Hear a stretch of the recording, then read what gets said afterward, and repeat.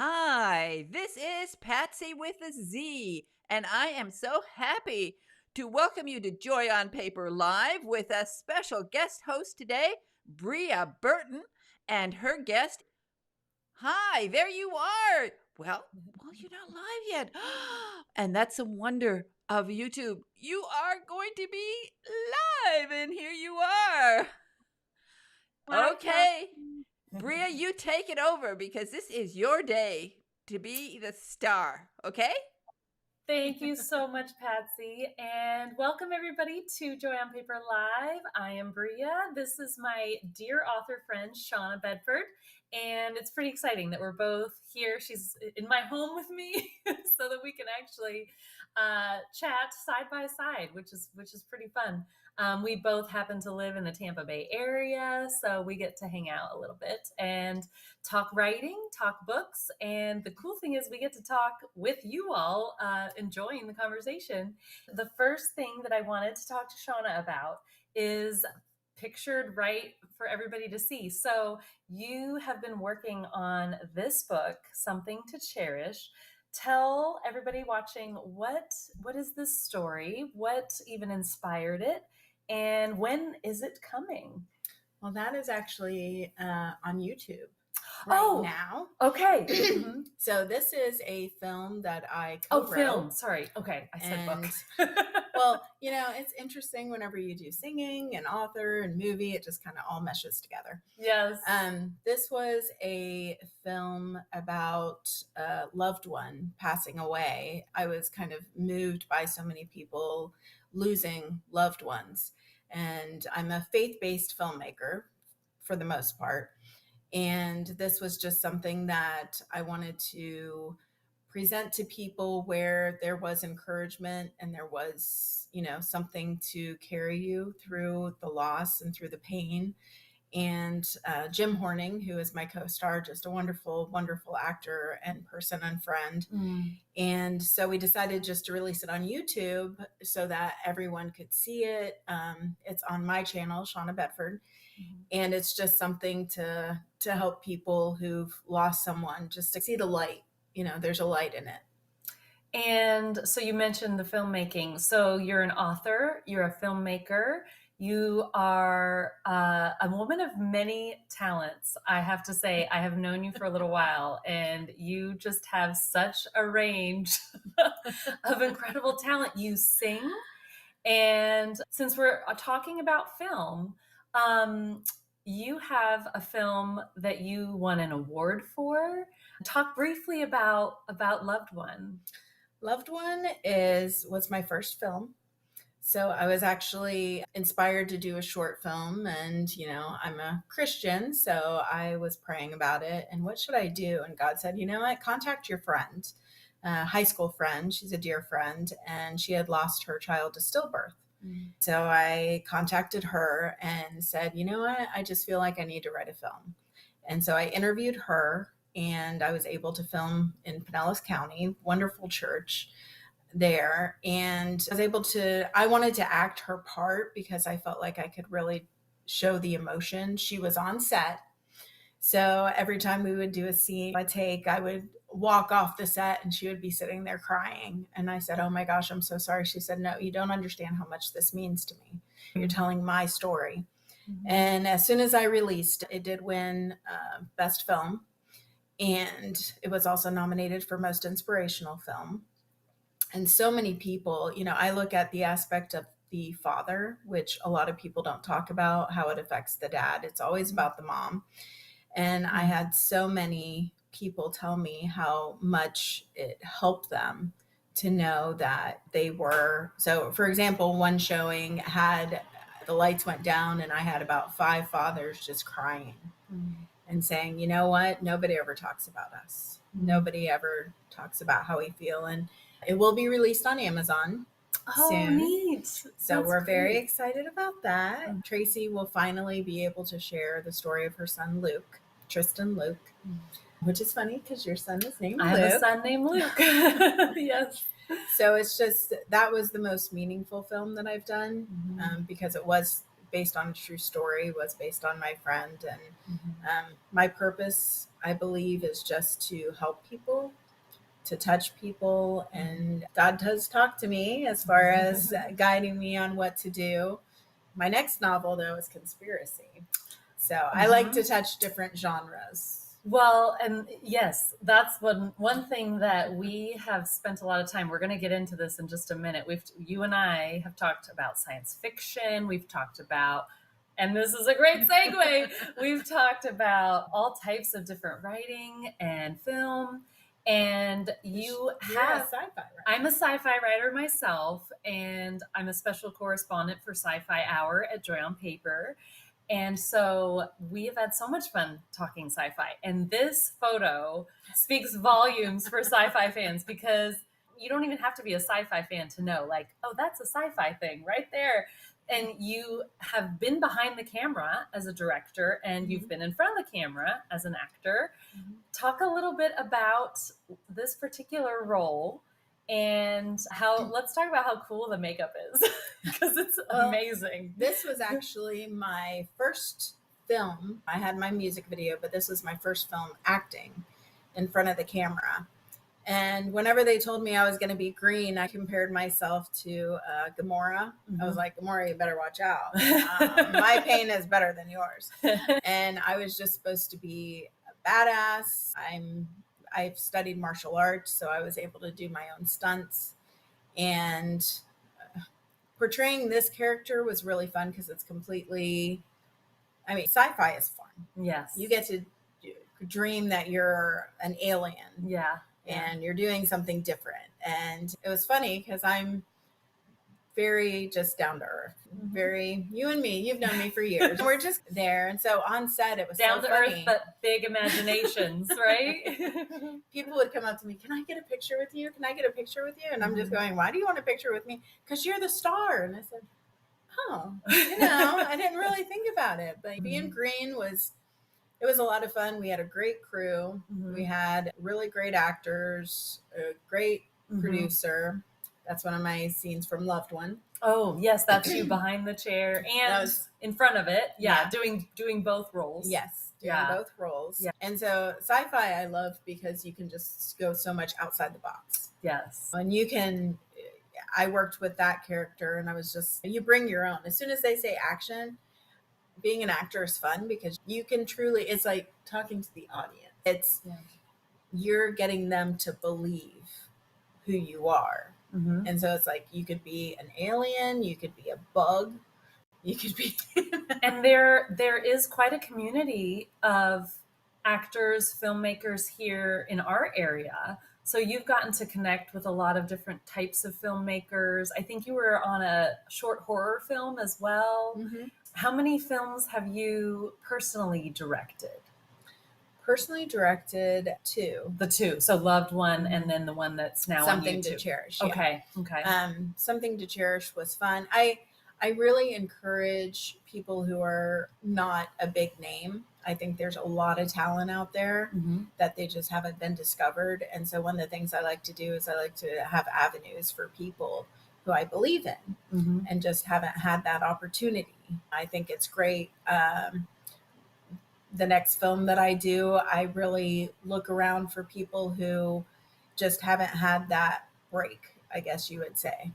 And there's actors here, and even in this community, that are typecasted. Okay. They're always typecasted, and I'm like, you know what? You're such a good actor. We need to take you out of that. We need to take you out of that. Well, yeah, because think about you, the green alien. You did not stay there. Like, you switched then to the next thing that you wanted to do, which was more a realistic, true story. And here we have your music video. So we mentioned acting, writing, singing, directing. Tell us about doing a music video, because there's filming, there's acting involved, but then there's the singing element, which requires some actual singing talent, which not everybody has, but you do. Well, I started writing when I was 11. And so that came into songwriting, because I started writing poetry first, which of course a song is technically poetry. Yes. Yeah. The lyrics. Yep. Yeah. I've been singing since I was, practically born, because we sang in church as a family. I wrote this song shortly after 9/11. Mm. I was just moved to write something meaningful, and I didn't record this music video until I believe it was 2015. Okay. I think. Mm-hmm. So it was several years, and I just waited until it was, you know what, now's the right time. Mm-hmm. Now's the right time. And this one's called Rain? This one's called Rain. Mm-hmm. I met the guy who directed the first film when I was an alien. I went to one of his red carpets, and he said, "Oh, I do music videos." And I said, "Oh, music videos. Okay." So he's from Indianapolis, which is where I was born. Ironically, I got to do the film in the first township that I lived in. Well, that is so neat. That's such a cool thing. Well, it's a great community up there. Mm-hmm. The fire station actually allowed us to film on their training facility.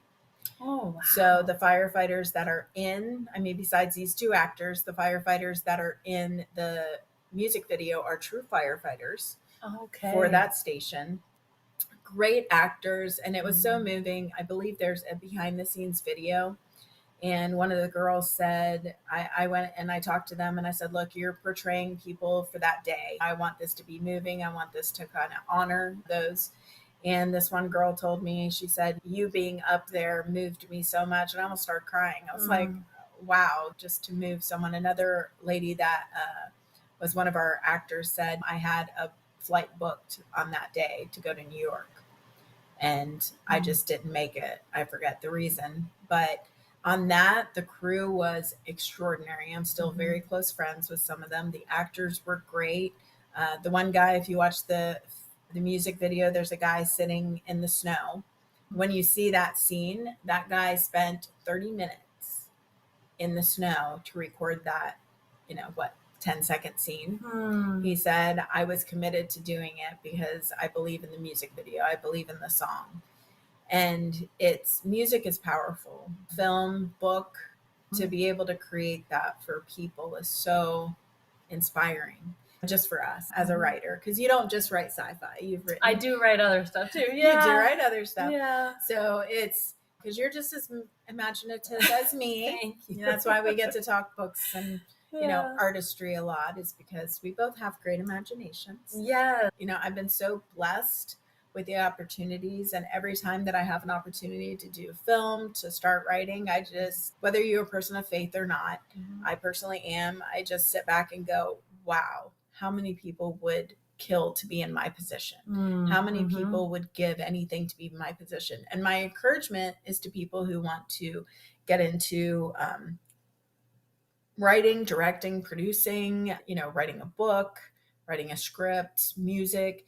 It's just get out there and do it. The first step is to just do it. If you want to do a film, pull out your iPhone or your Android, do a video. We've had a lot of professional actors say, do it on your own and at least start somewhere. If you want to write a song, hey, you know what? Do a YouTube video, do a Facebook video, do something like that. And that's what I like. My purpose is, I hope, not only to move people, but to encourage people. You can do anything. I mean, think about it. You can do anything. If you're in a bad situation, or you live on the bad side of town, or, your family has been poor guess what? You can do anything. And I've been blessed enough that doors have opened, but my encouragement is just take the first step. And you know what? As long as you're positive and you believe, it can take you anywhere. And I love the imagery as you're talking, because it's so, she's like, I'm telling you.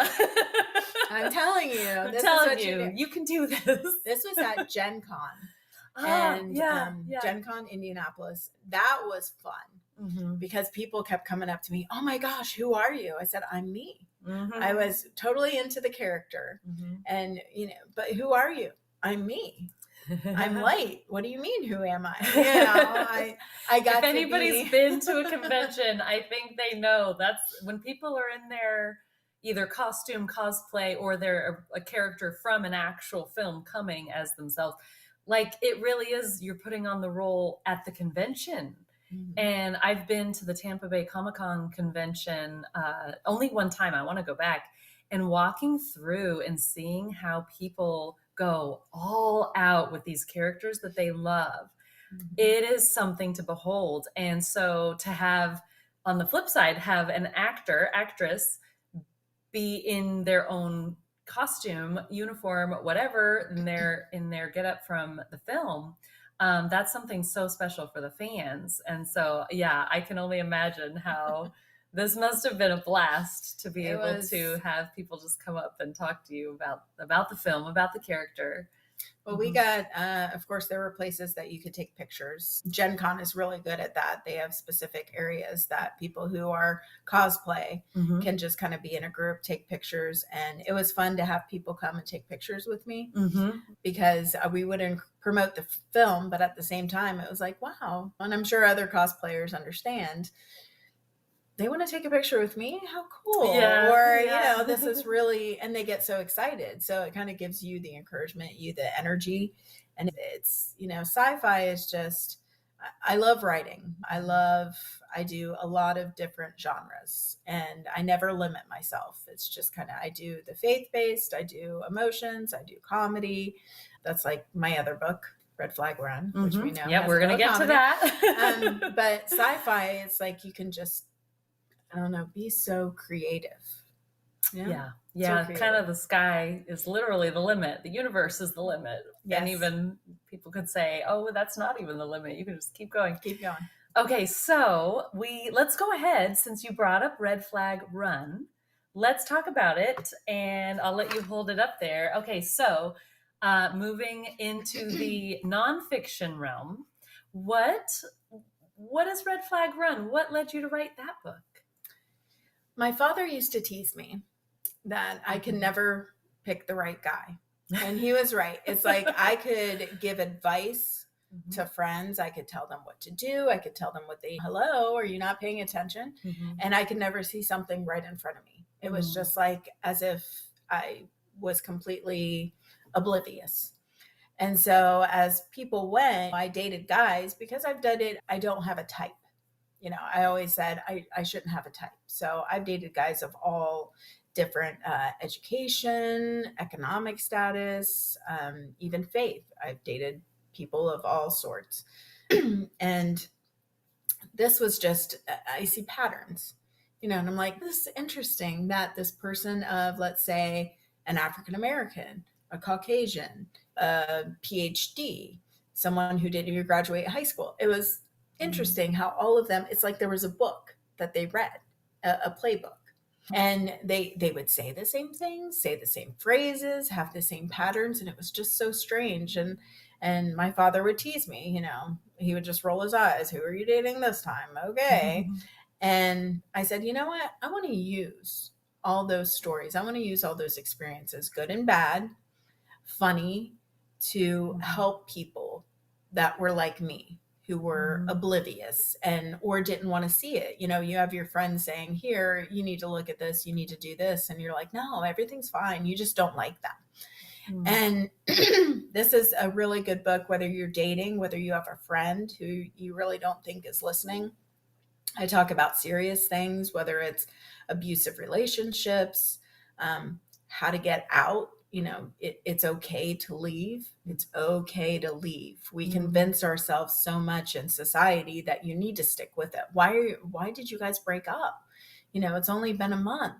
Why did you guys break up after a year? You should keep going. And it's like, but when there's red flags and there's a point where it's going to fail, you don't have to stay. Or if they try to manipulate, this book, they're in very short chapters. Because let's be honest, our attention span is not so long these days. And I also didn't want to write where you have to get to the end of the book to figure things out. Each chapter, we have let's look at some of the chapter names. Oh, there's some great names in the what chapter. Did you say, Mama? Never date a mama's boy. I'll do it if you stay. Or are these cocktails or coattails taken? So each chapter heading is a phrase from someone you dated. Basically, yes. Yeah, okay. Yeah. It's like tic-tac-toe. We like to play games. Or I can't breathe. because they want to suffocate you so much that you feel like you literally can't breathe. And so each one there's 33 chapters. I know that sounds crazy. Each of them are maybe only 3 to 4 pages. And it is a quick read. Yeah. It's a quick read, but also, you may just want to read one of the chapters and you don't think that all of them apply to you. And so that's why I wrote the book that way, is so if somebody picks it up and says, you know what, this looks interesting. And just going to the table of contents and saying, okay, wait, I've heard that phrase before. Maybe I need to check out that chapter. Exactly. And you are not the only person that I've heard talk about, oh my gosh, I should write a book about dating. But you're one of the few who's actually done it that I know. Yeah. And there are books out there like this, but I think you have a unique take on it. I think you focus more on taking care of yourself as you walk through this process. Because I think, to your point, there is this idea that, like, oh, if you're dating, you need to make sure you're taking care of the other person, but you're not going to be able to take care of another person if you're not also taking care of yourself and being cautious about red flags, which I don't think you're the only person who struggles when you're with someone and you've got the googly rose-colored glasses on because things seem great at the beginning, and then the red flags can kind of fly by. I think most of us have struggled with that at one time or another. Curve, or like probably universally. You convince yourself. You know convince what? yourself. Maybe it's just me. Right. Maybe I'm overreacting. Maybe I'm putting too much, thought of this. Maybe it's me. Mm-hmm. And that's why this book is good. I mean, and it's good for anybody. It's good for anyone dating, whether it be young or old. If you've gotten divorced and you're 60 and you want to start dating again, I tend to read. It's an easy read because I put the humor in it, but it sticks to you. I think a lot of the chapters stick with you, and then you can take it, or you can help advise a friend. Hey, you know what? I read this book and this is one of the chapters. You need to be aware of this. And you don't want to get 10 years down the road in a relationship and go, you know what? I should have thought about the red flags. Now we have to get divorced. Maybe you have kids. Maybe you have a business that you have to, and then it's a war, or emotionally, it could be very damaging. I've been in abusive relationships. I know how hard it can be to leave. I know how fearful you can be to walk away. And that's, one of the chapters in here is telling you the warning signs ahead of time before you get to that point. Here's just slight, pay attention. And you may think, oh, you know what? That's not that big of a deal, when, hey, red flags. It's like when I love how the book itself is like a red flag. It's red flags. You need to pay attention. And your friends, a lot of times the significant other, because it's men and women, it's not just one sex. It's your friends are saying, hey, pay attention. You're going, hey, you don't like them. Maybe you should pay attention. Because a lot of friends, some are jealous, you're right. But some good true friends hopefully have your best interest in mind, right? Exactly, have your best interest, and they just want to take care of you. Yes. And so it's good for everybody. And I think the thread that I see with all of these things, one of the things I know and love about you is that you do not shy away from hot topics. Like, the dating situation is probably almost the tamest of all, like talking about stillbirth in your first film, going green in sci-fi, the Cherish movie that is on YouTube, that you have such a heart for deep emotional subjects and being willing to put yourself out there so that conversations can be had. I have one about abortion, which I did submit to film festivals, and none of them wanted to take it on because they're like, and that's on my YouTube channel as well. And that one I wrote because it's basically this girl, and it was actually based on a musical that I was working on. And it's about this woman who wanted to have an abortion, and someone talked her out of it. And that child ended up doing all these amazing things. And so it was like, and it didn't come to a conclusion of whether it's pro or con. Mm-hmm. It wasn't that. It was just a story Mm-hmm. saying, this girl, you know what? Thanks, Mom, for not going through with it. Mm-hmm. And the mom is just, you were my greatest joy. So I'm so thankful that somebody walked in and said, you know what? This isn't a good idea. Why don't you just take a chance? And so I didn't want to take a stand either way. I just wanted to present a story where, what if you didn't? And what would life look like? And that's where some of the best storytelling is not preachy. It like wherever someone stands on a topic, whether you're on one side or the other of anything, I think some of the best long lasting stories that keep getting told over and over, sometimes in new forms, like we're still reading Shakespeare hundreds of years later, because those stories resonate with universal topics. And so that's one of the reasons I love that you don't shy away from hard topics, because if we're not talking about them, then sometimes people don't even know, what are my choices? What are my options? And they might not know. And I don't even just mean with abortion, I mean with anything, with dating. What are my choices? Can I walk away? Oh, if I'm in abuse. So there are so many ways to tell a good, emotionally resonant story that you don't shy away from the topics, but you also don't tell the reader or the viewer, if it's a film, what to think.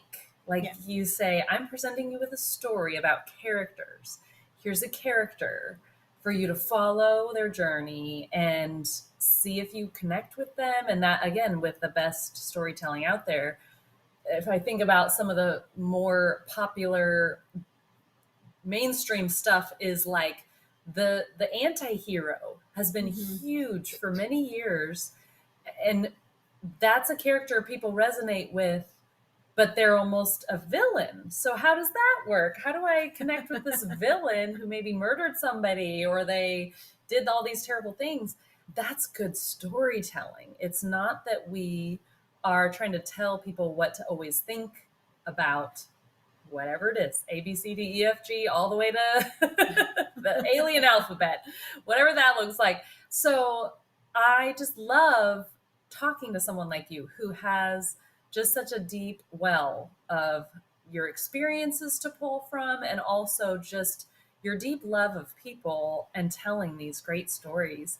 I don't know that you want to share a lot of spoilers, but talking about, you briefly mentioned the book you're working on now is more the conspiracy realm. Do you want to talk at all about that one, or maybe just a little bit about your process if you don't want to share spoilers about that one? Just a little, actually. So the process was, I have the story. It's not necessarily based on a true story, but you would find similarities of just patterns in life, I guess you would say. Is this the one that's in more like the thriller category? Yeah. So conspiracy, thriller, yes. Pulling from things, from different things. I do, but it's fiction. It's fiction. Yeah. I love to write. I love to get the reader involved. And having written since, gosh, I don't want to give my age away, but many, many years, I've been writing. And this book is basically the whole book, you're wondering what's going to happen. It keeps you on your toes. Okay, well, this is where I think it's going to go.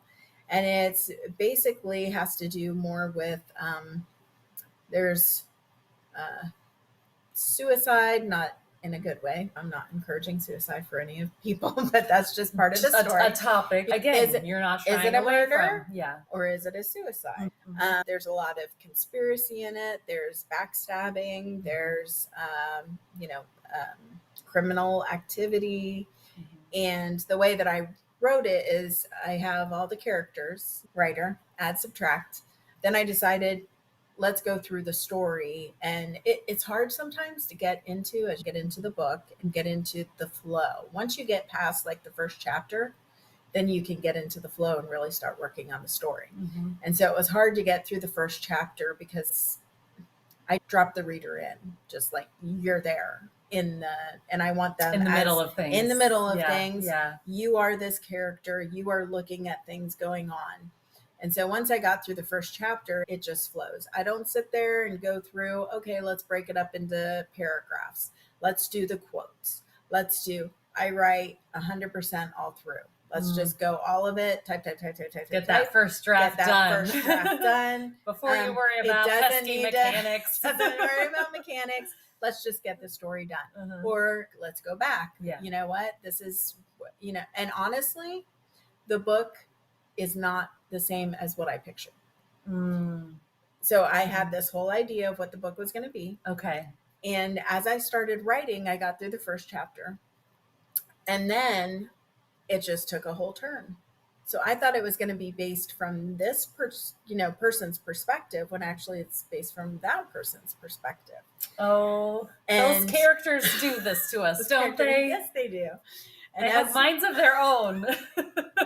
And they do. It's like they take on, and that's the beauty of writing. Yeah. Is you have this character and that character. And I was writing, it's cool to be a writer. Yeah. It's so enjoyable, because as you write, it's like you sit there and look and go, oh my gosh, did I come up with that? Yeah. Oh my gosh, that's just, because when you allow it to take on its own life, you allow it to just happen naturally. That's when and the book is actually, I'm going, wow, this is getting to be a really interesting book. It's interesting that it took a turn that you didn't expect, which is kind of that discovery process of you discovering the story as you're writing it. And so that can be a really fun way to walk through a story. It's not always easy though, because I also tend to be more discovery. There's other terms, pantser, right by the seat of your pants, gardener, you plant the seeds and see what's going to sprout up, as opposed to a plotter, outliner, architect who gets all the pieces of the story put together in an outline of some kind, and then they write. So the downside of being what you're describing, what I do a lot of time, is it's easy to write yourself into a corner and go, how do I get out of this corner? Somebody else. Character, what are you doing next? Tell me. And it's good to read the chapter before. Yeah. Or the paragraphs before, because that can kind of guide you out of the corner. Did we make a wrong turn here? Maybe I need to back up and say, oh no, they didn't turn right, they turned left. Exactly. And it may just take a couple sentences or a paragraph to take that whole turn. But I was actually going to do the outline.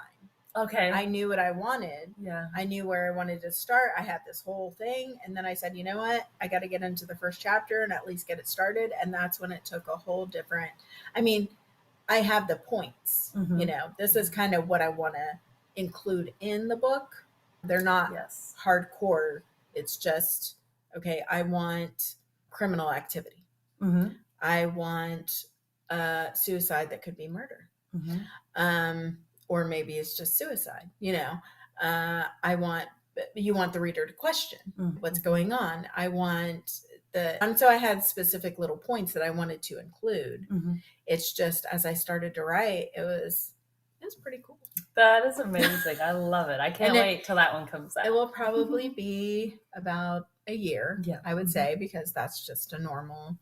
I would say about a year. And writing is not your full-time job. Correct. So you have a full-time job and you have another job and you write. I am an enrolled agent, which is similar to a CPA.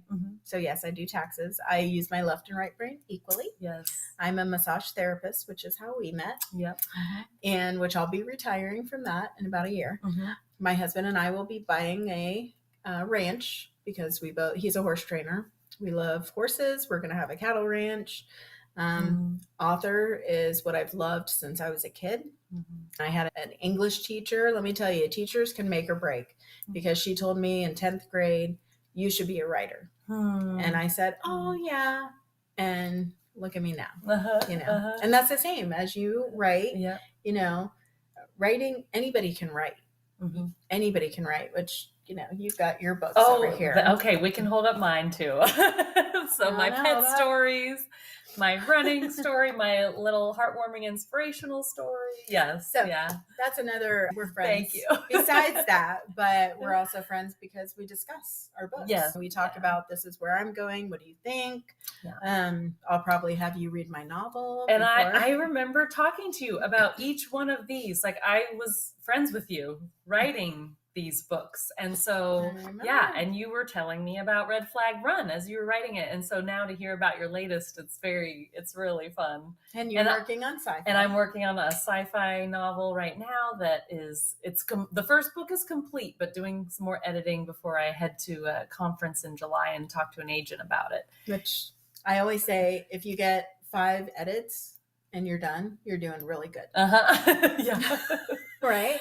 And so you're going where in July? In July, I'm headed to the Realm Makers Writers Conference. It's a sci-fi fantasy conference specifically for Christian authors. It's not even that your book has to be faith-based, but the target attendee is Christians writing sci-fi fantasy. Nice. And so my sci-fi novel that I'm working on right now is called Ring Around the Sun. It's a futuristic, near future, like 200 years in the future. Raiders of the Lost Ark, and it's an adventure, and the main character is an airsphere attendant on these aircrafts that are called exometers. So there's futuristic tech, and there's a wealthy treasure hunter there's assassination attempt against him, and she helps save him, and that's how the story kicks off. It's funny, so because meeting you, yeah, if somebody met you, just walked up to you, they would have no idea that you had that imagination. Oh, they would have no idea. Because you don't really know about people, do you, until you start talking to them? Because you're so collected. Oh, thank you. And calm. I guess I didn't know where you're going with that. You're so collected and calm.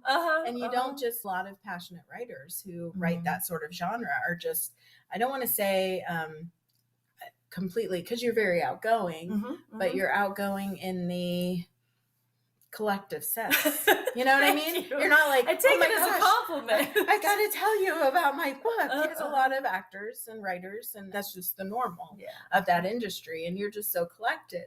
And so unless you know you're a writer, you don't know. You know what I mean?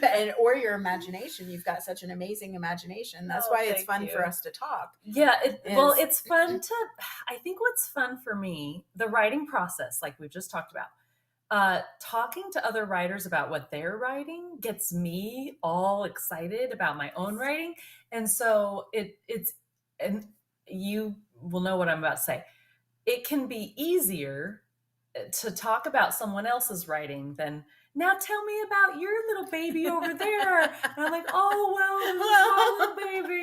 And it can be a lot harder. And even as an extroverted writer, and I would say you're a more extroverted writer as well, that is even still hard for me. And there are a lot of introverted writers out there who would rather die than have to talk about what they're writing until it's done. And so it's a very personal kind of process for some where they don't want to share. I do not mind sharing, but I often love to ask questions first of other writers and hear what's going on with them. So, but thank you. I do take it as a compliment. Well, I've known you for years. And when I met you, I mean, you're a runner. You're now a mom. Yep. Which by the way, he's like a little boy of my son. You have a boy. I have now your boy is an 21. adult. My boy is 6. So I've learned a lot from you about being a mom of a boy, which is really fun. So we have a lot in common. Yes. But that's, but when I met you, we're a runner. Yeah. And then there we go. Tumble into, oh my gosh, you write books? Yeah, I write books. And then. And the creative conversations that we get to have are so fun. And Patsy, thank you. I know we're out of time, but this has been so awesome to have this conversation, to be able to share what is going on with you and learn all about it. Thank you for those watching. And Patsy, thank you, Patsy. It's been a blast. And I hope you all will be sure to like, subscribe, follow Joy on Paper Live, and turn on those notifications so you know when the next show is happening.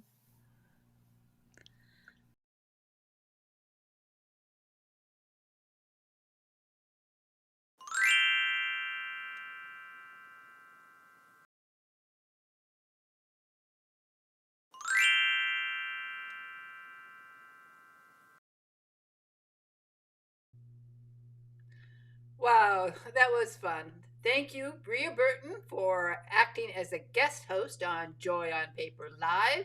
That was lots of fun. And you've also, well, we've got a very special interview coming up that you conducted as a guest host with Lou Diamond Phillips. And I'm so excited about that interview. So thank you again for taking part in Joy on Paper Live, and also for taking 1 hour every month on the SciFi Hour on the radio program. Everyone, if you like this interview and if you want more fun interviews, please subscribe, comment, like, and share. And in the comment box, you can tell us which authors you would like us to invite. And if you're the first person to recommend an author, and we get that author on the program, we'll invite you to join us right here on Joy on Paper Live, and you can say hello to your favorite author. So please make a comment. We'd like to hear from you. And that's really easy. That's all you have to do. And then one of the things that I wanted to mention, the other day we had an interview with Barbara Hinsky, who is the author of Guiding Emily. And while we were doing the interview, she was talking about how her goal, her books, Guiding Emily, is a wonderful book, and it was picked up by Hallmark and turned into a Hallmark Channel movie. And it is a beautiful movie, a wonderful movie. And Emily, who has a guide dog, and in the film, I love this interview with Barbara because she talks all about the making of the film, because she went on site to watch it. But she also mentioned that one of the things she does is she gives half of her profits from Guiding Emily to the blind. But this year she's also working very hard to get jobs for the blind, because they need jobs, and there are too many of them who just don't have the opportunity to get a job. And they're great workers. There's a lot of things that blind people can do. All you have to do, and also impaired, those who are having, not, they can still see, but still they need some accommodation for their job. So all you have to do is contact an organization. And here's a little video that we made just to remind you of Barbara Hinsky and her wonderful books about a young woman who lost her sight and gets a guide dog and has to learn how to live and thrive with a wonderful, wonderful bunch of people in this series of books and in the film. You can see the film on Hallmark Channel. It's a wonderful film. So here's a little video, and you can help. You can also help me bring more interviews to you by simply subscribe, comment, like, and share.